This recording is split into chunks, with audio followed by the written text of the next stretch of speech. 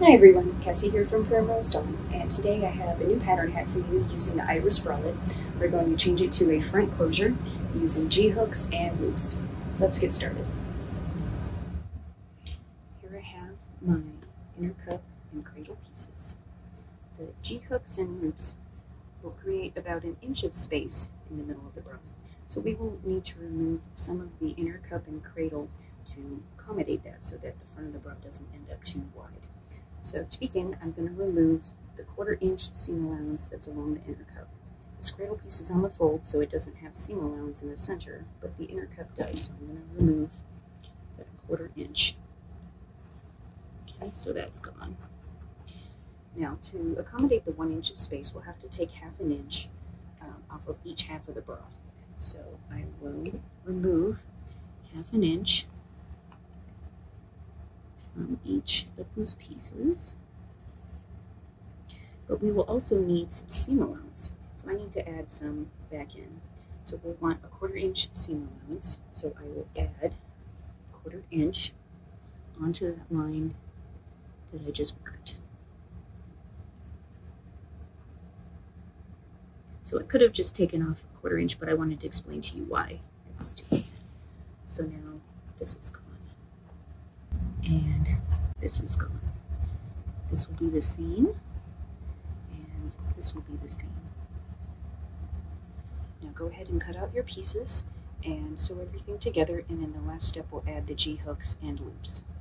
Okay, I have my bra completed. As you can see, it has all the elastics and finishing, and all we need to do is add the hooks and loops on the front closure. So I've gone ahead and basted 1/4 inch at the center front on each side, and I have cut 4 2-inch lengths of strap elastic, and on 2 of them I have threaded on my G-hooks. Now I'm left-handed, so I'm going to want my hooks on the wearer's left side, so think about which side you want your hooks on, and I've marked it with a couple of pins over here. And you want the hooks facing upwards, so that it's easier to hook if you kind of just scoop up from the bottom. Okay, so I'm going to start off with one at the top and one at the bottom, and then I'll try on my bra and see if that is enough to hold it closed. I might have to add one in the middle, I'm not sure yet.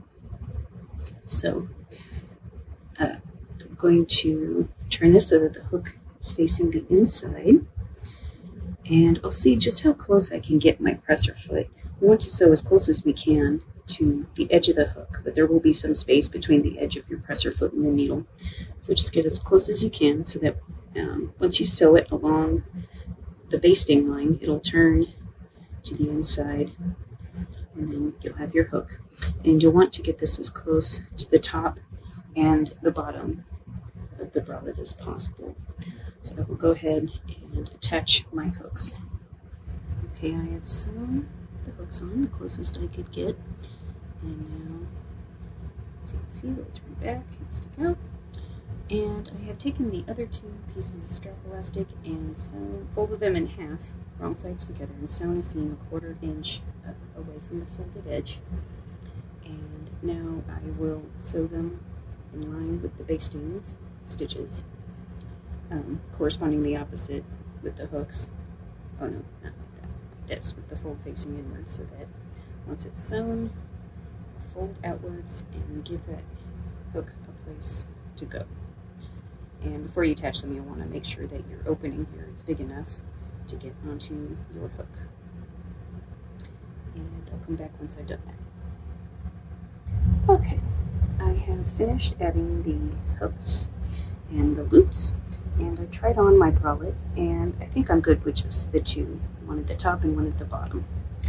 So now we need to finish this edge. Now we could just fold it to the inside and stitch it down, but this is very flimsy right here, so I will want to reinforce this folded edge.